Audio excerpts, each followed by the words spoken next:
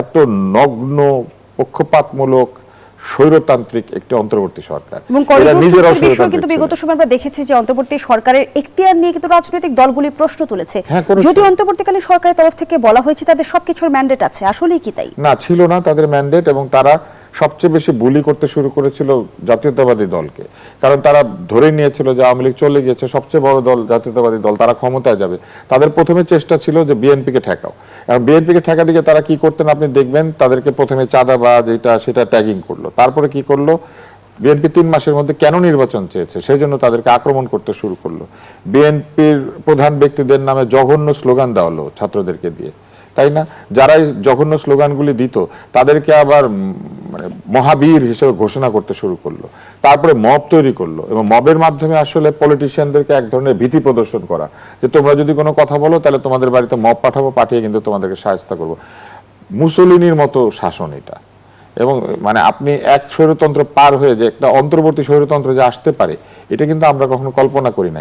করা হলো এই চুক্তিটা সই করার আগে সকল উপদেষ্টা জানতেন কিনা, কেননা বাংলাদেশের নিয়ম অনুযায়ী মন্ত্রিসভার সদস্যদেরকে চুক্তি জানতে হয়, চুক্তি মন্ত্রিসভায় পেশ করতে হয়, এবং শুধু তাই না, পরে সংসদকেও জানাতে হয়। তো ধরে নিচ্ছে সংসদ তখন ছিল না, কিন্তু এই চুক্তিতে মন্ত্রিসভার সবার জানার কথা ছিল, অথচ অনেক উপদেষ্টা এখন বলছেন তারা কিছুই জানতেন না। তার মানে হচ্ছে এটা যে শুধু জনগণের কাছে লুকানো হয়েছে তা না, জনগণ যাদের উপরে বিশ্বাস করেছিল সেই উপদেষ্টাদের পর্যন্ত সবাইকে তারা জানতে দেন নাই। এত লুকোছাপা করে একটা চুক্তি কেন করতে হবে? অতএব ডক্টর মোহাম্মদ ইউনূসকে তো এটার জন্য একটা ব্যাখ্যা দিতে হবে। উনি এসে না কত কথা বলেছিলেন, আসিফ মোহাম্মদ সজীব ভুঁইয়া বলেছিল বাংলাদেশের সব চুক্তি হচ্ছে আধিপত্যবাদের চুক্তি, সেগুলি 22টা 24টা চুক্তি তারা বাতিল করে দেবেন, হ্যান করবেন ত্যান করবেন। উল্টা তারা যে চুক্তিটা করলেন তাহলে সেটা হওয়ার তো কথা দেশের সর্বশ্রেষ্ঠ চুক্তি, এই চুক্তিটাকে দেশের সর্বশ্রেষ্ঠ চুক্তি, এই জবাব তো তাদেরকে দিতে হবে।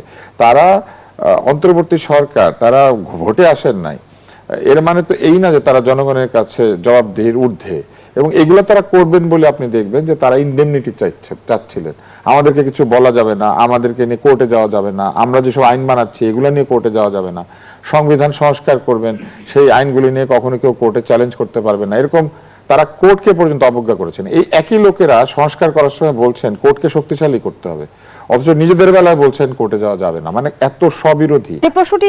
আনিস আলমগীর এসে কথা বলবেন, উনি একদিকে বলছেন যে আপনারা মন খুলে সমালোচনা করবেন, মন খুলে সমালোচনা করলে আর হাত খোলা থাকে না, হাত করা পড়িয়ে তাকে জেলখানায় নিয়ে যায়। আবু আলম শহীদ খান, আনিস আলমগীর, পান্না একের পর এক কারাগারে গিয়েছেন।